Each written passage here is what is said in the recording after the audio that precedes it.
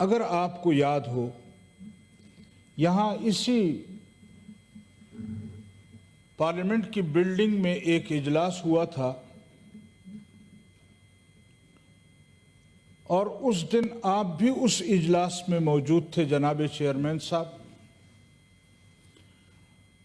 میں نے زور دیا کہ اس کا فی الفور فیصلہ کریں. میں یہ کوشش کر رہا تھا کہ اس پر کوئی رائے آ جائیں، لیکن کچھ ساتھیوں کی رائے تھی کہ نہیں فی الفور فیصلہ کریں. تو میں نے اس وقت بھی آپ کے سامنے ایک مثال پیش کی تھی کہ دیوار نے میخ سے کہا کہ میں نے تمہارا نقصان کیا کیا ہے؟ تو اس نے کہا پیچھے ہتھوڑے کا زور ہے.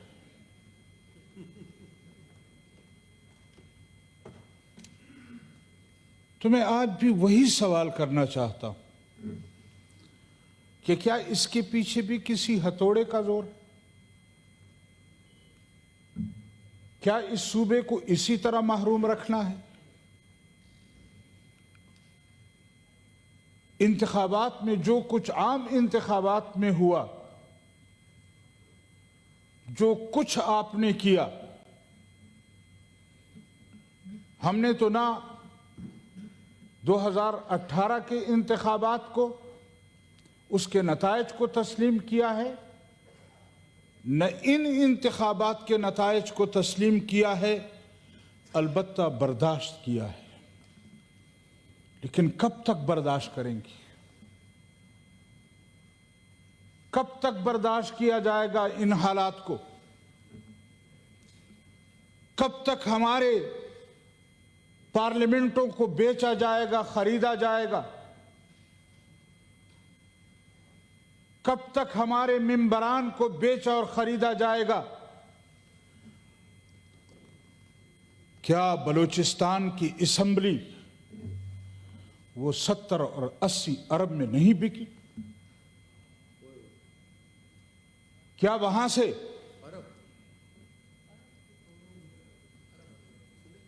وہاں سے بکسوں میں اسپیشل بکس سے بنوا کر جہازوں پر پیسہ لوٹ کر کے نہیں لایا گیا؟ اور اگر بلوچستان جیسے صوبے میں یہ صورتحال ہے تو پھر آپ بتائیں کہ ہمارے کے پی کے میں کیا صورتحال ہوگی؟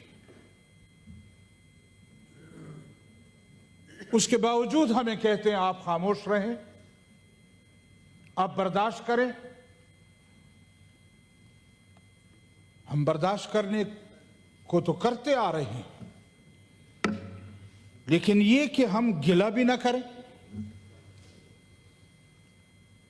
یہ کہ ہم صورتحال قوم کے سامنے بھی بیان نہ کریں، ہم پارلیمنٹ میں بھی اس کے لیے آواز نہ اٹھا سکیں. لہذا میں ایک مرتبہ پھر ان اداروں سے کہنا چاہتا ہوں، ان لوگوں سے کہنا چاہتا ہوں کہ ہمیں یہ ملک عزیز ہے، ہم نے اس ملک کی آزادی کے لیے بہت قربانیاں دی ہیں. یہاں کے نوجوانوں نے، یہاں کے بوڑھوں نے اپنا خون دیا ہے، یہاں کی خواتین نے اپنی عزتیں قربان کی ہیں اور اس ملک کو حاصل کیا ہے. دستبستہ گزارش کرتا ہوں کہ اس ملک کو چلنے دیں. اپنی منمانیاں، اپنے فیصلے یہ ہم پارلیمنٹوں پر مسلط نہ کیے جائیں. اور اگر یہی رویہ رہے گا تو پھر کل پھر کہیں گے کہ یہ ملک سیاستدانوں کی وجہ سے تقسیم ہوا. نہ پہلے ملک سیاستدانوں کی وجہ سے تقسیم ہوا ہے، اور اگر آئندہ بھی ملک تقسیم ہوگا تو اس میں سیاستدانوں کا کردار نہیں ہوگا، ان اداروں کا کردار ہوگا.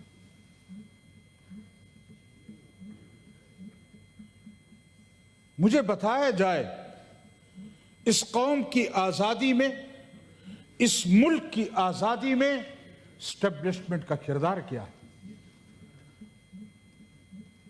इन्होंने इस मुल्क के लिए किया क्या है, ये भी जरा बताया जाए ना कौम को। आज जो हमारे सरों पर मुसल्लत हैं वो जरा अपना किरदार तो बतलाएं कि उनका इस मुल्क के लिए क्या किरदार, कितनी कुर्बानियां दी हैं, क्या किया है तुमने इस मुल्क के लिए। और जिन लोगों ने कुर्बानियां दी हैं उनको तुमने कान से पकड़कर बाहर कर दिया है। लेकिन मैं एक चीज और भी महसूस करता हूं, मैं बड़े अदब और एहतराम के साथ, कि उसके लिए हम सियासी लोग इस्तेमाल हुए,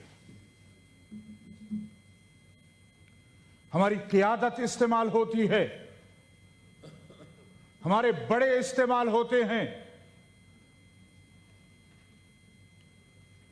मैं अपनी 10 बस्ता क़ियादत के सामने गुजारिश करता हूं कि अगर इस मुल्क की आज़ादी में आपका किरदार है तो मुल्क के तहफ़्फ़ुज़ में भी आपका किरदार चाहिए। इस मुल्क को हमने मिलकर महफूज करना है।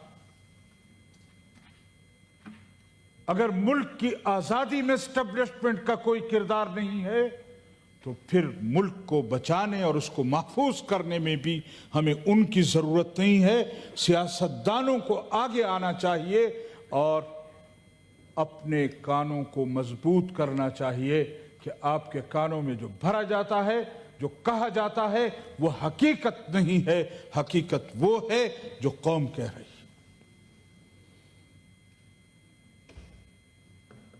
बड़ा नारा लगाया गया, पाकिस्तान का मतलब क्या, ला इलाहा इल्लल्लाह। बताएं कि गुज़श्ता ये 75-76 सालों में हमने कौन सा ला इलाहा इल्लल्लाह का कानून बनाया है। सन 73 में, आज से 50 साल पहले, ये पार्लियामेंट कानून साजी करती है, ये पार्लियामेंट हमें रास्ता बताती है, हम वो कानून बनाते हैं। लेकिन मुझे बताया जाए इन 50 सालों में किसी एक कानून, किसी एक शिक पर, हमारे आईन के किसी एक शिक पर अमल हुआ?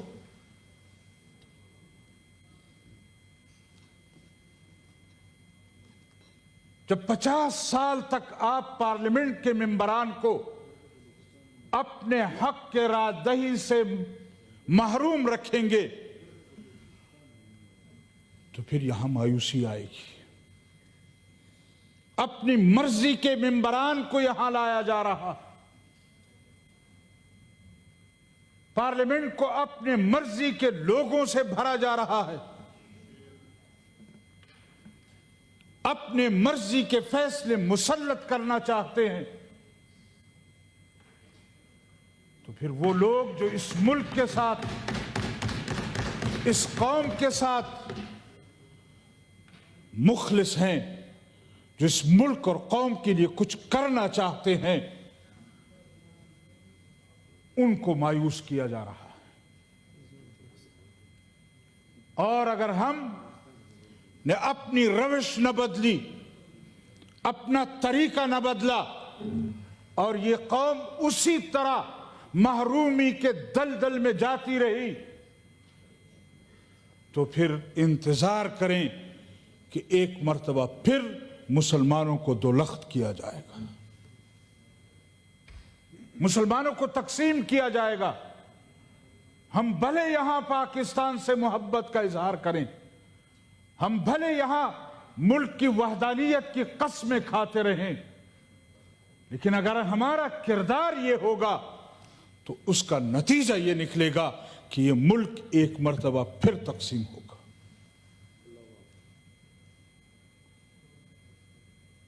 और मुल्क के तकसीम में जहां हमारे इदारे मुजरिम हैं, वहाँ हमारी सियासी क़यादत को भी अपने किरदार पर सोचना चाहिए।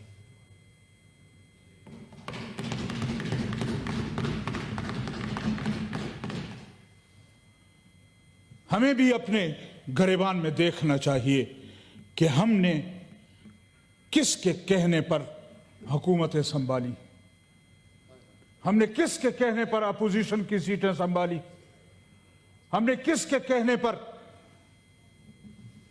किरदार अदा किया है। और अगर हम और आप इस मुल्क और इस पार्लियामेंट के साथ मुखलिस नहीं होंगे तो कोई और आकर फिर इस तरह हमें चलाने की कोशिश करेगा।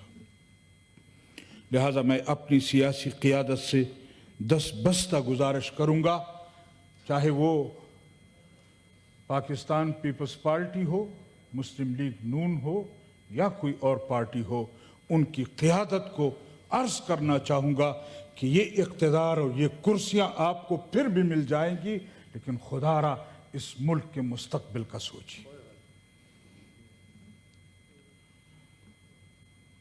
आ जाएं, उठकर इस तरफ आ जाएं, बैठे यहां हमारे साथ, वाज़ेह करें इन लोगों पर कि हमने मुल्क को कौम के लोगों के साथ जाना है, हमने इदारों के साथ नहीं जाना। तो मेरे मुहतरम साथियों, अगर हमें अवाम से ये तवक्को होती है कि वो मुल्क के लिए कुर्बानी देंगे, फिर हमें खुद भी कुछ कुर्बान करना पड़ेगा। मैं आखिर में एक मरतबा फिर आपका शुक्रिया अदा करता हूँ। अल्लाह ताला हम सबको अमल करने की तौफीक अता फरमाए। व आखिर दावाना अल्हम्दुलिल्लाह।